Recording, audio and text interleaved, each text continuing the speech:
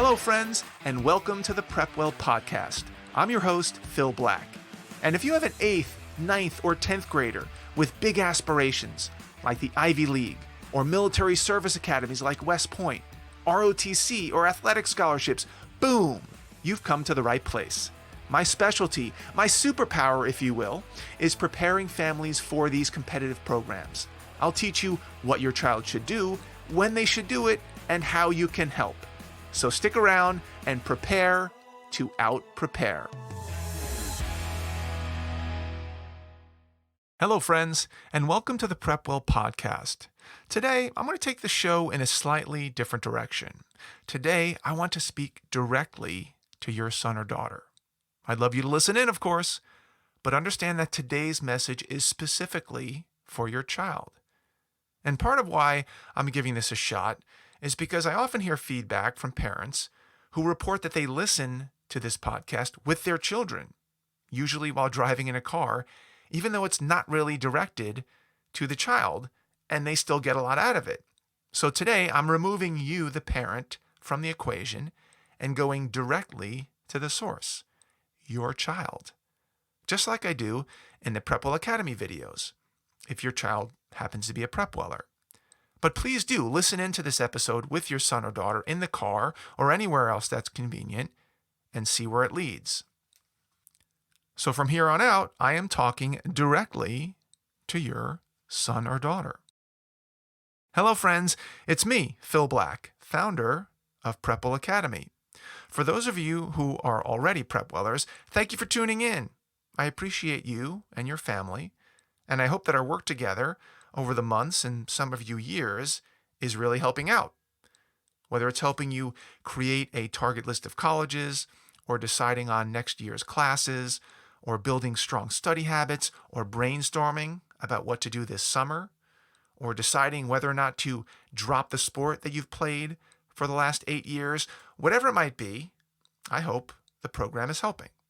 Obviously, if you're a PrepWeller, you know quite a bit about me already, especially if you watched video number 1 in my online program where I introduce myself. But for those of you who don't know who I am yet, or what PrepWell Academy is all about yet, let me start with some basics. I created an online education program called PrepWell Academy that guides you through the college admissions process from 9th grade to 12th grade with a series of short weekly videos where I share with you, kind of like what I'm doing now, except in a video, tips on what to do, when to do it, and how to do it.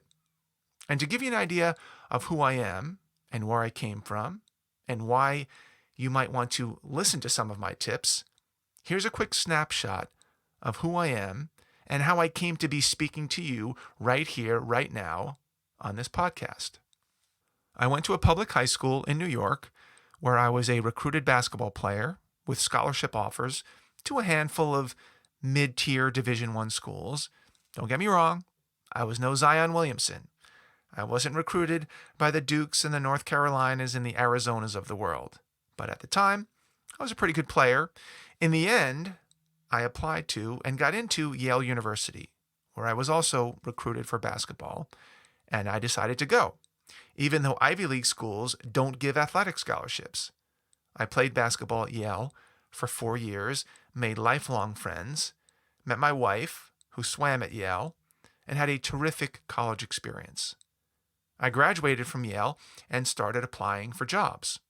A few weeks later, I found myself working 100 hours a week at an investment bank called Goldman Sachs in New York City. And while I wasn't in love with the content of the job, sitting in a cubicle and poring over spreadsheets and doing financial analysis all day, I did find the environment challenging and exciting and well-paying, and spent 3 years being the best investment banker that I could be. I then shifted gears and left Wall Street and applied to become a Navy SEAL. As a 6'7" investment banker from Yale with no military experience, this was not a move that my parents saw coming, to say the least. I was accepted into the program, became a naval officer, got through SEAL training, and spent 6 years as a Navy SEAL officer, traveling around the world doing some pretty exciting things, and then decided to make another change. I left the Navy, applied, got accepted, and went to Harvard Business School for 2 years to get a graduate degree in business, what's called an MBA, a Master's in Business Administration. During my time in business school, 9/11 happened. This was before most of you were even born, and the world was turned upside down. Now, mind you, there was a lot going through my head during that time, and maybe I'll leave some of those thoughts and details for another podcast. Suffice it to say that I changed gears once again, and this move was pretty dramatic. Now, for context, at the time, I was married with newborn twins who are now juniors in high school, and I decided to move our young family to San Diego with no job, no network of friends, and nowhere to live. Needless to say, this was a gut check. And eventually, once we got our footing, I had to find a job. I needed a job to pay the bills, pay back my school loans, feed the newborn twins, but I also wanted a job that would provide purpose and camaraderie and challenge and service to others, all those things that I loved about being in the SEAL teams.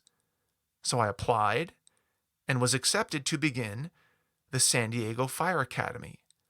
And after 4 months of training and a year of probation, I became a San Diego firefighter, which, by the way, I've been doing for the last 15 years and continue to do today.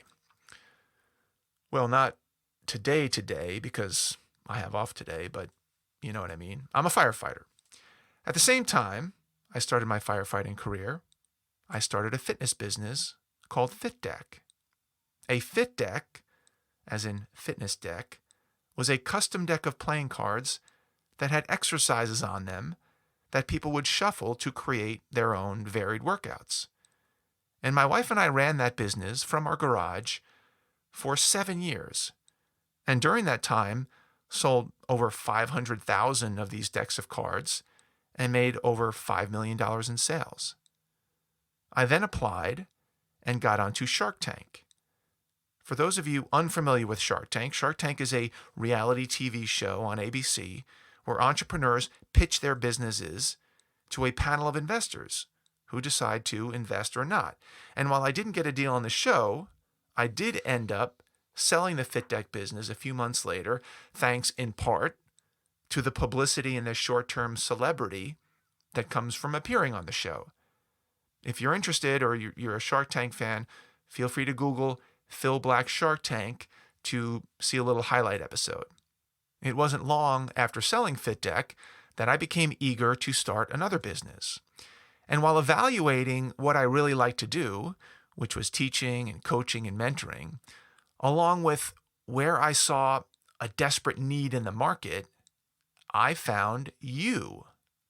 I found a category of high school students, of which you may be a part, who were not well prepared for today's competitive college admissions process.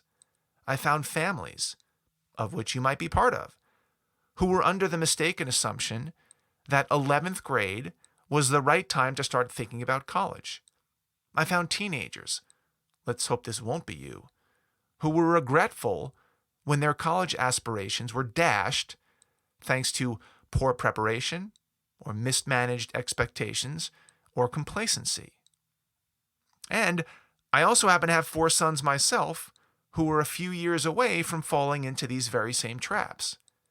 So I founded PrepWell Academy, an online program that walks you through, with a series of short weekly videos from me, how to navigate 9th, 10th, 11th, and 12th grade so that you have a successful and satisfying and positive college admissions experience.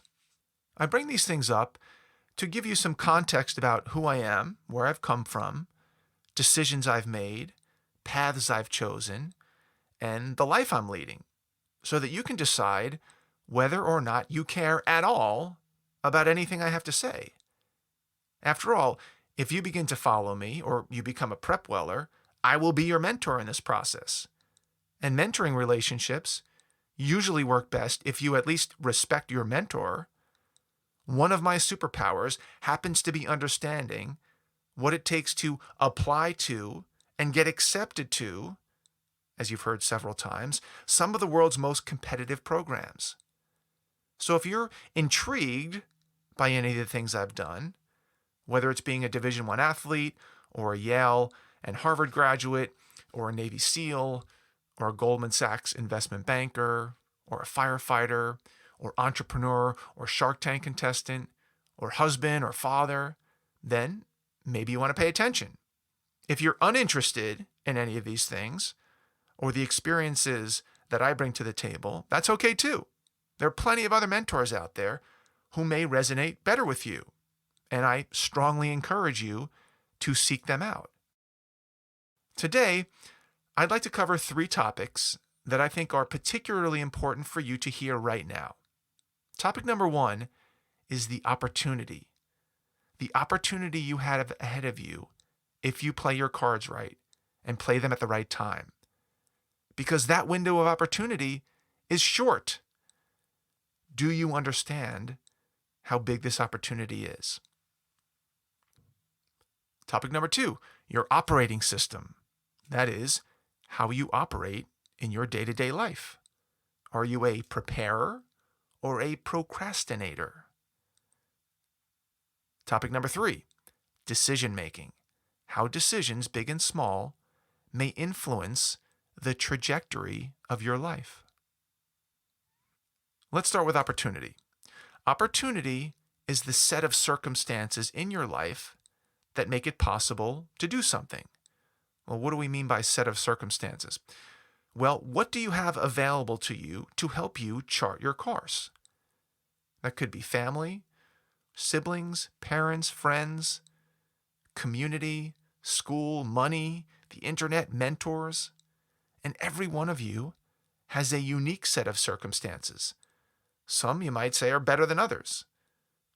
There are some of you who come from families with parents who have been to college, who have good jobs, who provide food and clothing and shelter and guidance, and who understand what it takes to, quote unquote, make it, however you want to define that, whether it's graduating from college or finding a job that you love or making a lot of money. And of course, there are some of you who have less advantaged circumstances. Some of you may have one parent or no parents, or parents who have split up. Some of you may have very little community support, or no role models, or limited financial resources. The set of circumstances, or opportunities, if you will, can vary widely. And though it might be tempting to think that every teen with the, quote, advantaged set of circumstances has it easy, not so fast. They may have a head start, but there are plenty of pitfalls for these students as well. And some might think that the teens on the other end of the spectrum with the crappy circumstances have no shot at success, not so fast. Sometimes, crappy circumstances are exactly what drive these individuals to achieve their next level results. So what's the point here? The point is that no matter where you fall on the set of circumstances spectrum, from crappy to ideal, you're ultimately in charge of where your life goes. It's your opportunity to seize or squander. And my contention is that this opportunity to shine or fizzle out starts right now in high school, early in high school. I'm talking 9th and 10th grade high school. You have the opportunity to set yourself up for success later in life by laying the foundation now. Not everybody agrees with me. Some people don't believe that high school is particularly influential in where one ends up. Some people think that college will solve all their problems and automatically set them up on the right path. You may even have some of these thoughts. And I'm not suggesting that this never happens. It certainly does. Even a blind squirrel sometimes finds a nut. But do you want to take that risk? In my opinion, not paying attention to what's happening right now in your life, whether it's engaging with teachers or coaches or guidance counselors, parents, and yes, the college admissions process, is a mistake, a big mistake. It's a lost opportunity. And if you're someone who's blowing off freshman or sophomore year because no one has ever called you out on it and it doesn't seem like a big deal to you, you have to ask yourself, for what? What am I doing right now as a freshman or sophomore in high school that's so important that I can't find the time to pay attention to this opportunity, this once-in-a-lifetime opportunity right in front of me that could change my life down the road forever? What is it? Swiping through TikTok videos? Watching overtime highlights for hours at a time? Playing Call of Duty? You tell me. How are you spending your 16 hours a day? And today, with the cost of college, which if you haven't heard, is ridiculous, and the competitiveness to get into college, and the changing landscape of industry and the job market, squandering the opportunity to prepare yourself now is riskier than ever before. It's far riskier than when I went to college. And there are hundreds of thousands of teenagers who are doing just that, squandering their opportunity. And listen, I'm not trying to scare you. I'm not trying to be a doomsday guy. But I do believe that students who take advantage of the opportunity in front of them will be light years ahead of their peers when they get to college, no matter what college they go to. And that success and that separation from their peers will translate after college as well. And I know some of you have all this down already. You're already engaged in school and academics and extracurriculars and sports and volunteer work. Many of you are already PrepWellers and following the blueprint that I'm laying out for you every week. Awesome. You're part of the tribe. Keep up the great work. But others of you may be thinking, whoa, I hadn't really thought about all this stuff yet. I'm just trying to make my way through high school. None of my friends are talking about this stuff. They don't seem to care about it too much. Maybe I need to step up my game. Maybe I do want to be somebody someday. Maybe I should put down my phone and pick up my head and spend a few minutes a week learning how to make this happen. If that's the case, congratulations, you've just changed your life. And if you can then move from thinking about it to actually doing something about it, then you're moving from procrastinator to preparer, which leads us to our next topic. Topic number 2, what kind of operating system do you want for your life? Do you want to be a procrastinator who thinks about things, talks about things, dreams about things, but puts them all off until the very last minute or sometimes forever? Is that how you want to roll through life? Letting things slide till the very last second only to panic and then scramble and turn in some crappy essay or project or subpar performance? How do you think that's going to fly in college? How do you think that's going to fly in the working world? How do you think that's going to fly in your life? Or do you want to be a preparer? Somebody who thinks ahead, anticipates conflicts, and comes up with a plan to finish a task with plenty of time to spare, just in case something crops up at the last minute. Someone who is intentional about their life. Someone who doesn't live in 2 to 3 hour increments. Instead, you live your life front-loading the tough stuff and back-ending the easy stuff. What do I mean by that? Well, are you somebody who prioritizes hard stuff, like the calculus problem set that you're intimidated by, and leaves the easier stuff, like the history reading, until later? Or do you do the easy stuff, the fluff, first, and then complain when you're too tired to do the tricky calculus problems at 11:30 at night? Preparers look months and years down the road and begin to reverse engineer what they need to do now to achieve their future goals. This is a skill that should be developed now in high school, not in college. By the time you get to college, you should be a master preparer. And inside PrepWell Academy, I've done all this reverse engineering, and I teach you how to take the steps that will lead to future success. Which operating system will you decide to adopt? Because the decision is up to you, no one else. And this leads us to our last topic, decision making. As a firefighter, every day, I come face to face with a wide range of people, often because they're in a very tough spot. Car accident, fall, heart attack, they're having a choking episode, a house fire, maybe they've gotten their head stuck in a wrought iron fence. We see it all. And as we treat these patients, sometimes we get to know them. We see where they live, how they dress, what they eat, how they communicate, and clues about what led them to their predicament.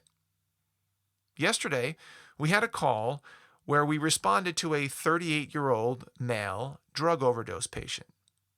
His tiny studio apartment, where we found him face down on the brown-stained carpet, was a complete war zone. We could barely make access to the patient, who was unconscious and not breathing. The room had stacks and stacks, hundreds of old magazines and books and newspapers and fast food wrappers and trash and pots and pans and clothes and random car parts, electronic equipment, empty beer cans piled 4 to 5 feet high throughout the entire room. 80% of the floor space was covered with trash. And after the patient was transported to the hospital and my crew and I got back into our fire engine, I wondered aloud through our headsets to the rest of the crew whether, if they had to guess, did they think that this guy's current situation was more likely due to one big bad decision in his life or a series of smaller bad decisions that eventually caught up with him? Of course, there's no way of knowing the answer, but it sparked an interesting debate. And we began to swap stories about decisions that we made in our lives, good and bad, that we feel influenced our lives. And I was fascinated by this thought experiment. Meanwhile, later in the day, we saw an older gentleman who was overweight with a purplish nose, not particularly well kept, with a prosthetic leg and a scruffy beard, cruising around the supermarket on one of those mobile scooters, a low-end mobile scooter that was only moving at about 1 mile an hour. And when he saw our crew, he got very excited and he yelled out, "Hey, firemen, I love you guys. I was supposed to be a fireman when I grew up. My dad was a fireman for 30 years. Well, normally, we would wave and say hi and chit-chat and move on with our day. But given the debate that we were just having on the fire engine, I decided to stop and ask, "Hey, sir, what stopped you from becoming a fireman?" I was curious about his story. Well, he was very eager to answer, and he said, "Well, I made it through the entire academy, was one of the top performers, and then they dropped me on the last day. I decided to go out with some buddies the night before, had a few too many drinks, if you know what I mean, and passed out on my couch and slept through the final test the next morning. And that was it for my firefighting career." Now, one could argue that drinking with his buddies was a decision that changed the course of his life forever. And by the look of the gentleman, I would guess not for the better. You can argue whether his decision to go drinking was a big decision or a small decision. We don't have enough of the backstory to know the answer. But suffice it to say that everyone on my crew had many stories about decisions that had profound impact on their lives. And I was no exception. I've made some wild decisions. Choosing to attend Yale, an Ivy League school that doesn't give athletic scholarships, over a non-Ivy League scholarship opportunity. Leaving Wall Street to join the Navy SEALs. Leaving the Navy to go back to business school. Applying to Shark Tank. Selling my Fit Deck business. Starting my PrepWell business. Starting this podcast. Asking my wife to marry me. Moving to San Diego, deciding to have 4 kids, and the list goes on and on. What types of decisions are you making right now that may have profound long-term impact on your life? Let me give you an example. I know a PrepWeller who had to make a tough call on whether to take a very difficult college-level math course or an easier high school level math course that everybody else was taking. And he wondered, would it be too hard? What if I get a B? What will that do to my GPA? Will it take up too much of my time? Am I even smart enough for a college level class? Well, he decided to go for it and take that higher level college class, and it was one of the best decisions he's ever made. He loved the class, he loved the teacher, and math has become his favorite subject. In fact, he recently decided to switch from a history major in college to an applied physics major, all because of that fateful decision. And of course, not every decision has to be monumental or take a long time to decide. Sometimes split-second decisions can have just as profound an impact. For example, let's say you find yourself in a friend's basement. You and your buddies or your girlfriends, everyone's hanging out, having a good time. And one of your friends starts to pass around a puff bar. And everyone takes a hit off that puff bar, and it's on its way to you. And now it's your turn. What do you do? If you hadn't already gone through a scenario like this before in your head, which you should have, and which I teach in PrepWell Academy, and you're left to make this split-second decision, what do you do? If you don't really want to do it, but you feel pressured to do it, and you decide in that moment to take that hit, that single decision may have just changed the direction of your life. How? Well, by taking the hit, you have signaled to the group that you are now one of them. You didn't say it out loud. They didn't put a crown on your head or make a big deal out of it, but implicitly, you are condoning their behavior by partaking in it. And presumably going forward, you are now down for the crime. Now, you may have avoided a conflict or some good-natured harassment in the short term, but the long-term effects are less clear. Now, I don't want to be too dramatic here. I'm not suggesting that taking a hit off a puff bar would have been the worst decision of all time because it could have killed you on the spot. That's probably would not have happened. However, if by taking that hit, you now become one of them, and then they start to up the ante with different or more potent substances, now what do? After all, you're one of them now. The first time didn't kill you, so why stop now? You're one of them. That's what you do. It's your identity. And so the story goes. Now, you go down the road of experimenting with increasingly illicit drugs that leads to who knows where. On the other hand, if you're prepared for this scenario because you've gone over it in your head before, and or you remember the role-playing activity that we do inside PrepWell Academy that teaches you about this, and you self-assuredly, not self-righteously, you self-assuredly simply say, no thanks, man, I'm good, and pass the puff bar along, you also may have just changed the trajectory of your life. Why? Because you've now established with 5 words, no thanks, man, I'm good, that you still want to be a part of the group, but you're not down for the shenanigans. You're not storming out of the basement or putting anyone down or getting up on your high horse or making anyone feel bad. You're simply choosing not to partake. Now, you should expect some pushback. You should expect some, if not all of your friends, to give you a hard time for a minute. And yes, you'll have to weather that storm. That's just another decision you'll have to make. There may be a few friends who really want you to take that hit, mostly because they want to feel better about themselves. They actually could care less whether you take the hit or not. They just want to justify that they're not doing anything that wrong. The way this normally plays out, if you do it right, is that your friends don't bother you anymore. They don't keep harping on you, hopefully. You've made your stand, and it's done. If they don't respect your decision, and they continue to harass you, guess what? Maybe it's time to find new friends. But if they let you zig while they zag, and they're not going too far out of bounds, then maybe you stay part of the group.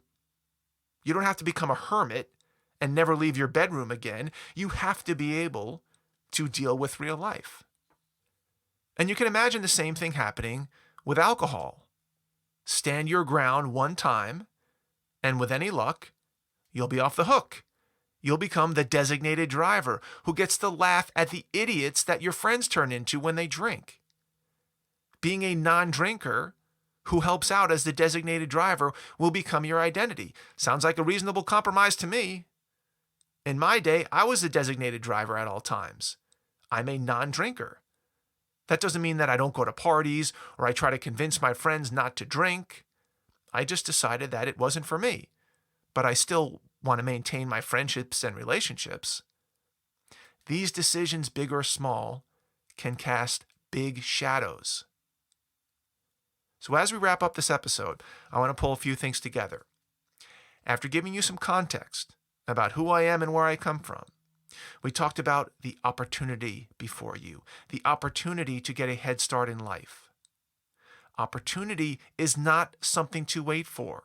Opportunity will not be presented to you on a silver platter once you get to college. Opportunities will not magically appear because you have a college degree. Opportunities need to be seized, and seized now. How do you want to operate in the world? Do you want to be a procrastinator who's constantly behind the eight ball and always trying to catch up? Or do you want to be a preparer, someone who gets things done ahead of time, who anticipates conflicts and resolves them before they ever happen? What kind of decision maker are you? Are you aware of how powerful decisions can be in your life, big and small? Are you prepared to live with the consequences of your decisions? Of course, I believe strongly that one of the best ways to seize the opportunity before you, when it matters most, that is in 9th and 10th grade, is by enrolling in my online program. PrepWell Academy opens your eyes to what needs to be done and when, every week, throughout all 4 years of high school. As you might guess, those who choose to be preparers over procrastinators tend to do well inside PrepWell Academy. After all, the PrEP in PrepWell stands for, wait for it, preparation. And lastly, speaking of decisions, the decision to join PrepWell Academy might be the best decision you make during the rest of your time in high school. I sure hope it is. That's all I've got for you today, folks. Thank you for tuning in. If you know a parent with an 8th grader, 9th grader, 10th grader in high school that might find this helpful, or you know a buddy, girlfriend, boyfriend who might find this helpful, please share this episode with them. You can do that by finding that small box with a tiny arrow pointing up. And remember, if you're a teenager, I don't have to explain that to you. This is for all the parents. That's the share button. Click that button and text your friends the link to this episode with a little personal note from you recommending that they give it a listen. If you have questions, comments, or an idea for an upcoming episode, or an anecdote about how you interact with this podcast, please reach me by email, DM me on Instagram, PrepWell_Academy. Check out my blog, Facebook, LinkedIn. I would love to hear from you. Until next week, goodbye, good luck, and never stop preparing.